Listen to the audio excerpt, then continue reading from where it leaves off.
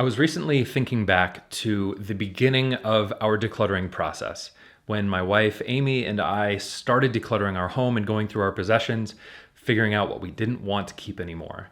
And I realized that it can be really exciting when you're first starting out because there's all this stuff and there's a lot of sort of easier things that you can get rid of, but it can be sort of hard to keep up the motivation and really keep going and finish the process sometimes.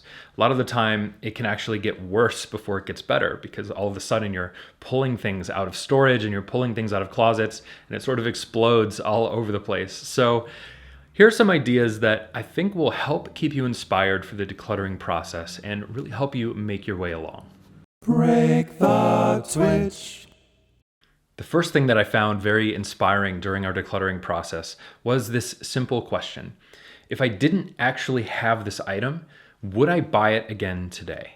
And if the answer is no, it's probable that you can get rid of that thing. If the answer is yes, that you would buy it again today because it's essential, then you keep it. It sort of helps you keep moving along with the process. The other side of this is there's money sort of stored theoretically in that thing that you have. And if you wouldn't buy it again today, you can free up that money by either selling it or trading it to someone who could really use that item instead of you. So you can get the money back out of the item if you wouldn't in fact buy it again today. Another very helpful question that I found particularly inspiring is, does this belong here? Now, that sounds sort of like an organizational question, as in, should this be put away somewhere else? But if you really think about the root of that, does this belong here? If it does belong there and it's something that you use a lot or it's something that you really value, then it does belong there. If it doesn't belong there, maybe you can get rid of it. Maybe you can find a better place for it where whatever you have will serve you better. Or if it doesn't belong in your house at all, you can completely get rid of it. The third idea is actually a question as well. As you're going through your home, finding things to declutter, sort of doing the KonMari, like pick it up and feel it and ask, does this bring me joy? I think there's an even more powerful question that you can ask, and that is, who could this bring joy to? The beauty of minimalism is that it allows us to live with less. It allows us to live in a way that requires less money. We don't need to buy as much. We don't need to consume as much because we can be with ourselves, be with our friends and family, and enjoy that happiness that comes with those things. So in that mindset, you can think about, who could this thing bring joy to? That might help ease the process of removing that item from your home if it's something you're not sure about. If it's just not serving you anymore, there might be someone else that could really get a great benefit from that item.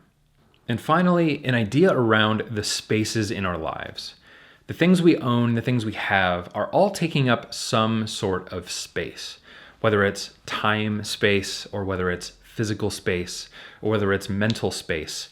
Everything we own takes up some amount of space. If there's changes you want to make in your life, the question to ask is, how could I use this space in a different, more effective way? What are the things you want in your life that could occupy that space? It doesn't have to be another thing. It could simply be a feeling. It could be more joy. It could be anything you want it to be. You can use your time differently if whatever you have in your home is currently occupying that time space. It's a little weird to think about, but the more space you create in your life, the more things you can focus on bringing into it that align with what you actually want. As you go through the decluttering process and work to find a good equilibrium in your own home, remember that it's really not about hitting a certain number of items or having a perfect magazine look to your home. To me, minimalism is really about reaching a point where you no longer worry about stuff. You don't think about stuff or have to constantly clean and organize the things in your life. That is what allows you to focus on the other things, the work that will actually bring the things into your life that you do want. Connection, relationships, love, all of those sorts of things are what happen when we're not obsessing about getting or getting rid of stuff.